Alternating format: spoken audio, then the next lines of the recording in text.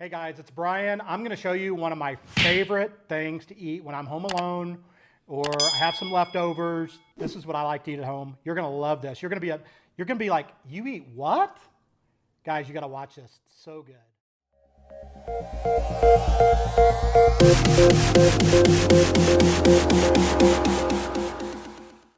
All right, I'm so excited. I haven't done a video like this because I've been showing people what I eat. Like, I'm home alone a lot.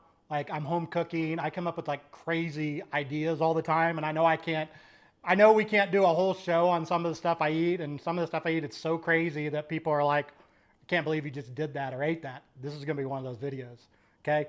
I love these. I grew up it kind of reminds me a little bit of, I grew up in Kansas City. There's a place called In a Tub in Kansas City that has these pocket burgers. This kind of reminds me of a pocket burger in a way, but I kind of took it to the next level. The key to there's only 4 ingredients I'm gonna use, and it's all really leftovers and stuff you have in your pantry. But the main important ingredient is I do a 3-bean barbecue curry.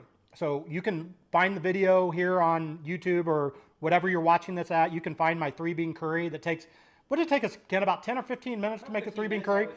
Amazing by itself, but you're always gonna have leftovers. And so this is my leftover 3-bean curry here.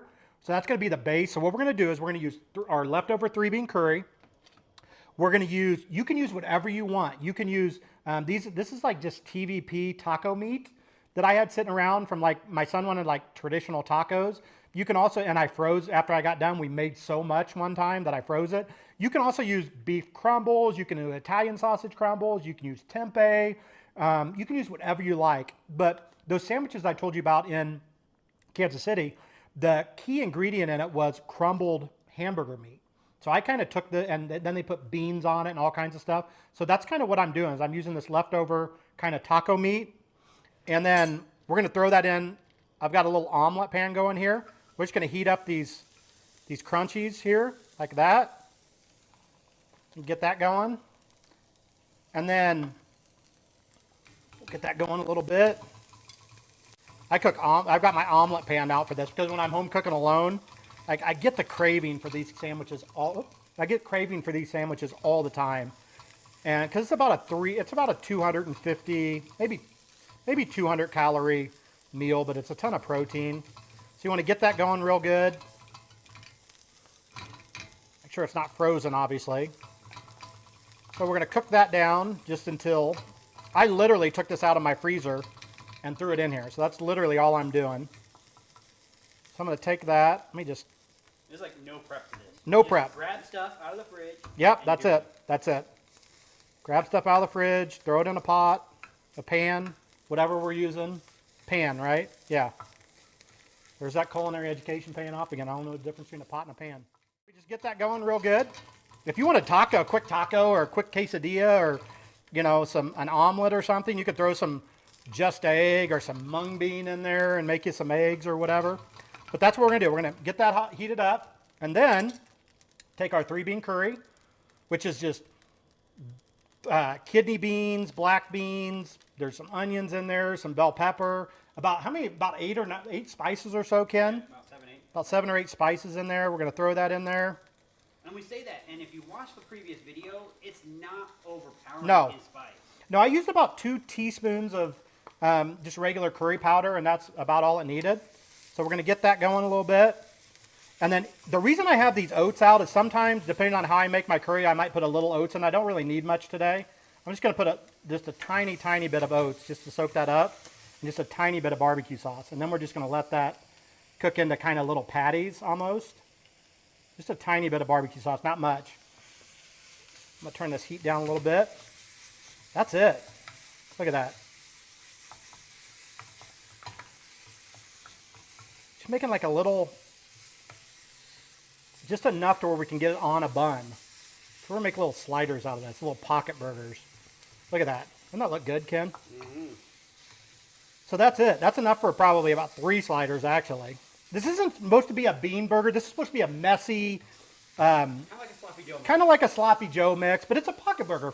It's my interpretation of a pocket burger from In a Tub in Kansas City. That's really what it is. So that's it. It's done cooking. It's literally done. I'm going to show you how I like it, and I'm going to figure out how Ken likes his too, and I'm going to make him one. So we're going to go over here, and we're going to plate it.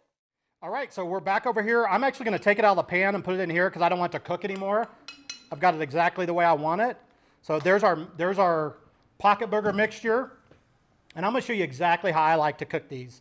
So good. So I'm going to grab a bun, any kind of bun you like. I like these little slider buns. So we're going to grab these like that. And then how I like to do them is I take a good portion of this mixture right here. I eat these all the time, Ken. Put one on there.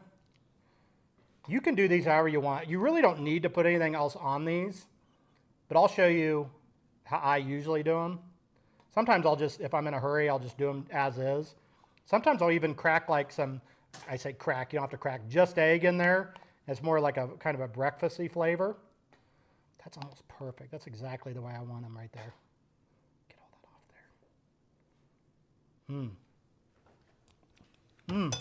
So good. And then how I like to do it, I like to put a little bit of vegan cheese on mine, like that. Throw a little bit of cheese on mine too. Okay, you want some cheese? So we'll put a little bit of vegan cheese on there. And then I don't know if Ken will like this, but I like to put a little tomato on mine. You want tomato on yours, probably? I mean, no? I like it. I've got an heirloom tomato here. Use the right side of the knife. That a friend gave me. I know. Did you like that? If you try to cut a tomato with the back end of your knife, unless it's one of those two-sided knives, they make those. I'm just going to cut it. I'm going to do really thin tomato because I don't want it to be too juicy. I just want it to be like that. So a nice heirloom tomato I'm going to put on mine. You want one on yours or no, Ken? Sure. Okay. Put a little heirloom tomato on Ken's. That's good. Like that? Yeah. Okay.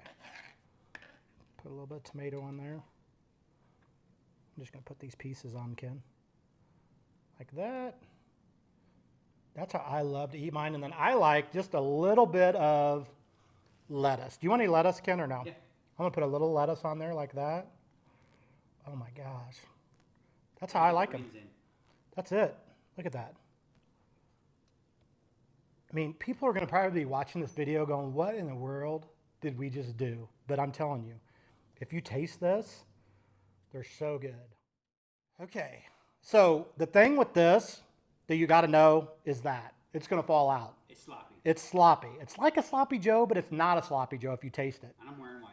Yeah, it's so good. So you got to kind of get the hunch to eat these.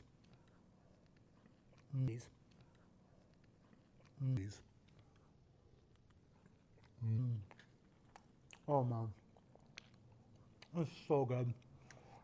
It tastes like, I don't know, you just gotta try it. This is so good. Guys, you gotta see this video.